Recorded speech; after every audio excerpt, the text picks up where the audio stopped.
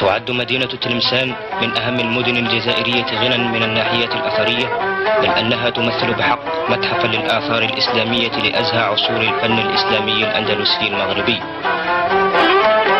وإن أول ما عرف من بناء يمكن أن يعتبر اللبنة الأولى لمدينة تلمسان هي بوماريا أو أجادير، التي قدم إليها إدريس الأكبر في القرن الثامن الهجري فأنشأ بها مسجدا، فكان هو أول مسجد أنشئ في تلمسان. ولقد في القرن الحادي عشر الميلادي أسس الخليفة المرابطي يوسف بن تشفين قرية أسماها تاغرارت، وبمرور الزمن انضمت القريتان أجادير وتاغرارت وأصبحتا تكونان معا مدينة تلمسان. وفي القرن الرابع عشر الميلادي أنشأ بنو مرين أصحاب فاس في عهد أبي يعقوب يوسف سادس أمراء الدولة المرينية قرية المنصورة، وكانت تسمى وقتئذ المحلة المنصورة. والحقيقة فإن المنصورة تعد تحفة تاريخية في فن العمارة الإسلامية، ولقد عفى عنها الزمن فلم يبق منها إلا صورها الرائع الذي يحيط بالمدينة من جميع الجهات. وليس ذلك فحسب، بل مئذنة المسجد العظيم، وهي مئذنة شيدت من الحجر، وقد بنيت في بداية القرن الثامن الهجري الرابع عشر الميلادي، وقد تناقص ارتفاعها بمرور الزمن، ولم يبق منها سوى ما يرتفع عن 120 قدما أي 45 مترا. وهذه المئذنة بضخامتها وجمال حليتها تعد من أبدع العمائر الإسلامية الموجودة بالمغرب والأندلس، إذ تكسو هذه المئذنة طبقة من الفسيفساء ذات الألوان المختلفة لا تزال بعضها باقية على حالها حتى اليوم. وجدير بالذكر بأنه قد عثر على لوحة رخامية في المنصورة كتب عليها: الحمد لله رب العالمين والعاقبة للمتقين، أمر ببناء هذه الدار السعيدة دار الفتح عبد الله علي أمير المسلمين ابن مولانا أمير المسلمين سعيد بن يعقوب بن عبد الحق، كملت سنة 45 و700 عرفنا الله خيرها. وفي الجنوب الشرقي من مدينة تلمسان وعلى بعد كيلومترين منها يوجد مركب آخر من بقايا الفن الإسلامي، حيث توجد قرية العباد الرائعة مرقد كثير من العلماء والزهاد، وعلى رأسهم سيدي أبي مدين. وتحتوي هذه القرية على جملة من المباني، في مقدمتها مسجد العلامة سيدي أبي مدين الذي لا يزال يحافظ على سلامته ورونقه. وقد تم تشييد هذا المسجد بأمر من أبي الحسن أحد ملوك بني مارين الذي تولى الملك سنة 730 هجرية، ويرجع تاريخ إنشاء هذا المسجد إلى سنة 739 هجرية، وهو يمتاز بمدخله الكبير ذي السقيفة التاريخية وبابه المتأرجح ذو الصنع البرونزي.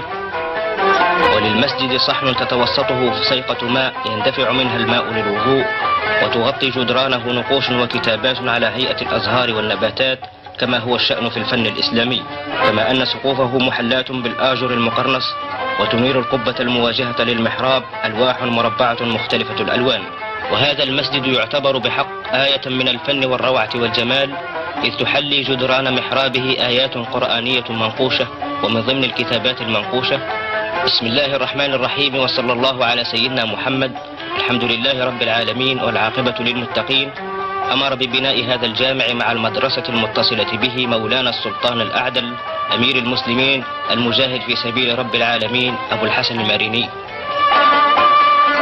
وضريح سيدي أبي مدين هو الآخر إحدى آيات الجمال والهندسة الإسلامية البديعة، شيده محمد الناصر بن المنصور الموحدي على قبر أحد العلماء الأجلاء هو الشيخ سيدي أبي مدين شعيب الأندلسي الإشبيلي المولد عام 520 هجرية. ومن النقوش الموجودة على باب الضريح: الحمد لله أمر بتمليق هذه الروضة المباركة المشتملة على ضريح سيدي أبي مدين، أدركنا الله برضاه الأمير عبد الله السيد محمد باي، أيد الله نصره وجعل الجنة منزله، عام 800 وألف.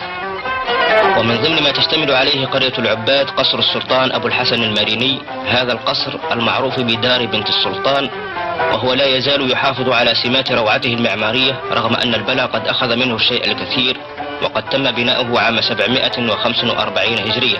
ويضم هذا القصر 3 مجموعات بنائية مرتبة حول 3 ساحات، حفر في الساحة الكبرى المستطيلة الشكل حوض صغير، وأحيطت هذه الساحة ب4 حجرات مستطيلة، ويتقدم الحجرتين التي مربعة ولا نجد فيها إلا غرفة واحدة. والحلوي ونوع سيد الحلوي مقاتل أخرى أبراج الحراسة الدينية الأثرية الإسلامية.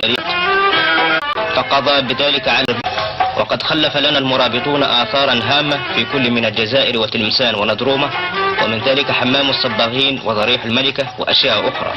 ومن أهم ما خلف لنا في تلمسان قصر انتسب لهم ويسمى قصر المرابطين والجامع الكبير، وقد بني القصر على شكل قلعة حربية كما هو الشأن في معظم البناءات التي شيدها المرابطة الغربية، فقضى بذلك على سماتها الحضارية بعد أن نهب أغلبها محاولا طمس أمجاد تاريخنا وحضارتنا. المنطقة الغربية كانت تحت سلطة المرابطين أو أهل الرباط، وقد أطلق عليهم هذا الاسم لأن حركتهم انطلقت من رباط أي زاوية محصنة. وقد خلف لنا المرابطون آثارا هامة في كل من الجزائر وتلمسان وندرومة، ومن ذلك حمام الصباغين وضريح الملكة وأشياء أخرى. ومن أهم ما خلف لنا في تلمسان قصر انتسب لهم ويسمى قصر المرابطين والجامع الكبير، وقد بني القصر على شكل قلعة حربية كما هو الشأن في معظم البناءات التي شيدها المرابطون، إذ تحوط جوانب هذا القصر أبراج دائرية عالية وأخرى مربعة. والحقيقة فإن هذا القصر لا يزال يحافظ على ملامح القوة الحربية التي كان يتصف بها منشئوه، وهو ما نلاحظه من خلال هذه اللقطات. كيف ما شفتوا خوتي المغاربه الكرام، ما يمكنش لك تكذب التاريخ وما يمكنش لك تكذب التاريخ.